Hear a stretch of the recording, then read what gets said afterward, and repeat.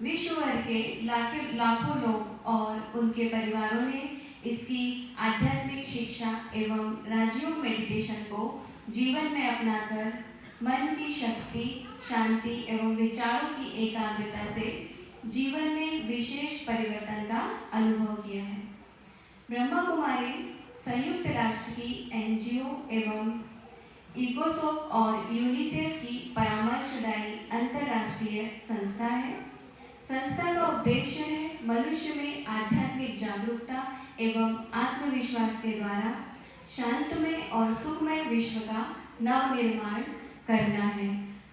प्रजापिता ब्रह्मा कुमारी ईश्वरीय विश्वविद्यालय का जो हेडक्वार्टर्स है, वो मुख्यालय है, वो अभी माउंट आबू राजस्थान में स्थित है और इनकी जो मुख्य प्रशासिका है वो हमारी आदरणीय दादी जी रत्नमोहिनी जी हैं।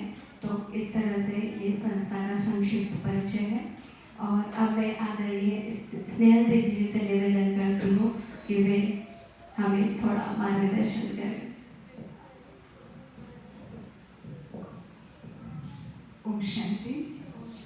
सबसे पहले तो आप सभी को बहुत बहुत बहुत धन्यवाद है, क्योंकि हम समझते हैं कि परिवार से इतना समय निकाल के आना, बच्चों को और कई जिम्मेवारियां होती है, कारोबार परिवार का रहता है, उसमें से आप सभी ने हमारा दिल से ये निमंत्रण स्वीकार किया और इस ईश्वरीय परिवार में आप आए, इसके लिए आप सभी का बहुत बहुत बहुत धन्यवाद है।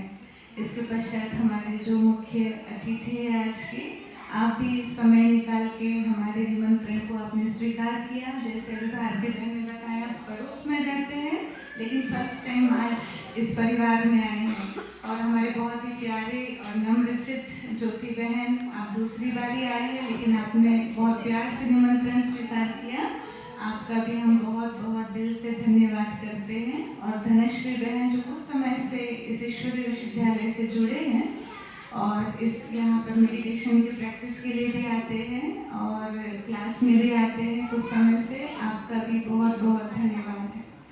आज हम सभी विशेष रूप से संक्रांति के निमित्त यहाँ पर इकट्ठे हुए हैं और संक्रांति के दिन जब आपस में हम लोग हल्दी कुमकुम लगाते हैं और उसके साथ में मुख मीठा कराते हैं और उस मिठाई में विशेष रूप से तिल और गुड़ होता है और जब एक दूसरे को हम मुख मीठा कराते हैं, तिल गुड़ देते हैं, तो उस समय कहते हैं तिल गुड़ गया और गुड़ गुड़ बोला।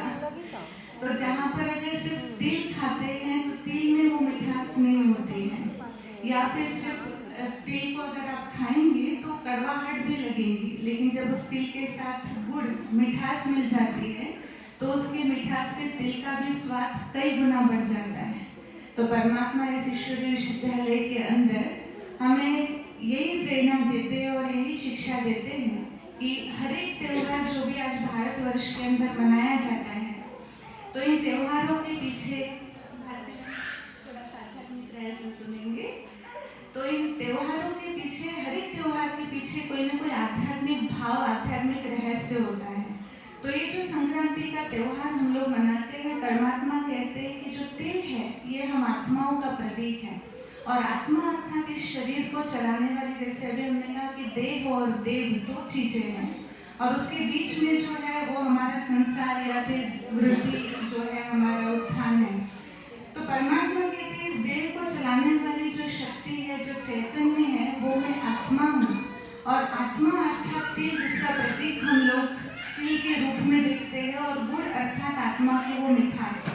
मिठास अर्थात जिन गुणों की कामना आज हर एक आत्मा करती है, क्योंकि हर एक के जीवन में सुख, शांति, आनंद, प्रेम, संसार में ऐसी कोई भी व्यक्ति नहीं होगा कि जिनको इन गुणों की आवश्यकता नहीं है।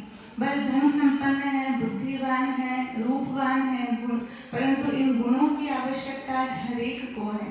तो जब आत्मा के अंदर इन गुणों का विकास होता है आध्यात्मिकता के द्वारा, तभी हमारे जीवन में सच्ची मिठास आ सकती है। तो इसीलिए अगर भले हम बहुत साज श्रृंगार भी कर ले, बहुत शारीरिक रूप से बहुत अच्छे भी दिखे, परंतु आत्मा के अंदर अगर ये सुख, शांति, आनंद, प्रेम, ये गुण, ये शक्तियाँ अगर नहीं होंगी तो वो मिठास जीवन में न होने के कारण हम इतने प्रिय भी औरों को नहीं लगेंगे। लेकिन जब आत्मा के अंदर इन गुणों का विकास होता है तो शारीरिक रूप से भले भी हम इतने ठीक ना हो, परंतु वो व्यक्ति हर एक को प्रभावित करता है, हर एक को आकर्षित करता है।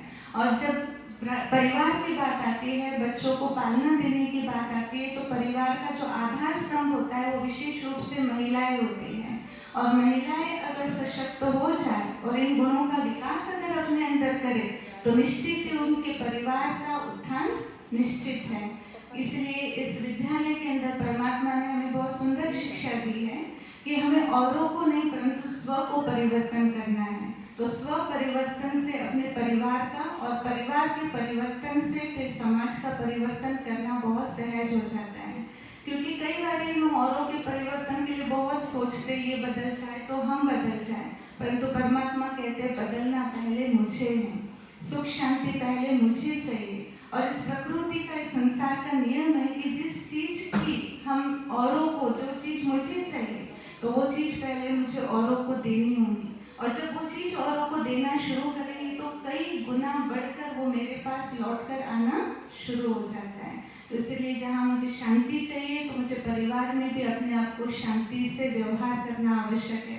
प्रेम चाहिए तो प्रेम देना आवश्यक है। सम्मान चाहिए, सम्मान देना आवश्यक है। तो जो चीज़ मुझे अपने जीवन में चाहिए वो देना अगर हम शुरू करें तो वो चीज़ हमारे पास ऑटोमेटिकली कई गुना होकर बढ़कर लौटेंगी जरूर। इसलिए संक्रांति पर तिलगुल के साथ फिर हम लोग सौगात भी देते हैं। ये सौगात तो स्थूल रूप की होती है, परंतु आज से अगर हम ये संकल्प करें कि जिसके भी संबंध संपर्क में हम आए, शुभ भावनाएं कि हर एक व्यक्ति के जीवन में सुख समृद्धि आए, हर एक के जीवन में सुख शांति, हर प्रकार की भरपूरता रहे, निरोगी और स्वस्थ जीवन रहे।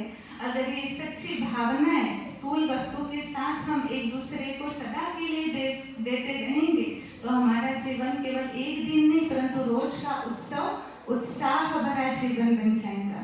तो ऐसी संक्रांति हम लोग जरूर मनाएंगे, केवल आज के दिन नहीं परंतु सदा सदा के लिए मनाएंगे। तो ऐसी संक्रांति की आप सभी को बहुत बहुत शुभकामनाएं हैं। और इस ईश्वरीय विश्वविद्यालय के अंदर जो हमारी आंतरिक शक्ति है उनको विकसित करने के लिए यहाँ मेडिटेशन कोर्सेज चलते हैं जो निःशुल्क होते हैं। उस मेडिटेशन का अभ्यास यहाँ सीख कर आप अपने घर परिवार में और बच्चों के लिए भी उनकी उन्नति के लिए, कंसंट्रेशन के लिए कर सकते हैं। तो आप सभी आगे के लिए भी हमेशा हमेशा ये हमारे पिता का घर है, सो हम सब का घर है। आपका सदा के लिए यहाँ स्वागत है, स्वागत है, स्वागत है।